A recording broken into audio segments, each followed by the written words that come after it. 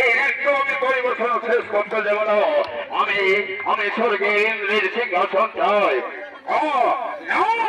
ওই নরম রাজা দেহে যতক্ষণ ভক্তবিন্দু থাকবে ততক্ষণ পর্যন্ত স্বর্গের সিংহাসন পাবো না, হবে না। কি বললে আমি জয় করে ছেড়ে দেবো তো সত্যি পরীক্ষায় হোক।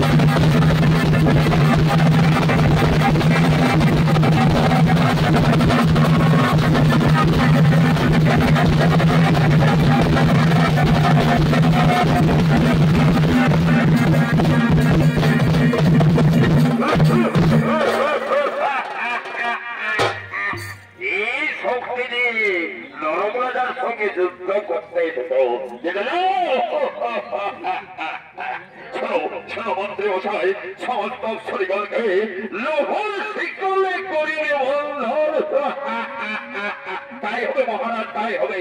সমস্ত শ্রীগণকে আমরা রহস্য বলে বলতে পারবো।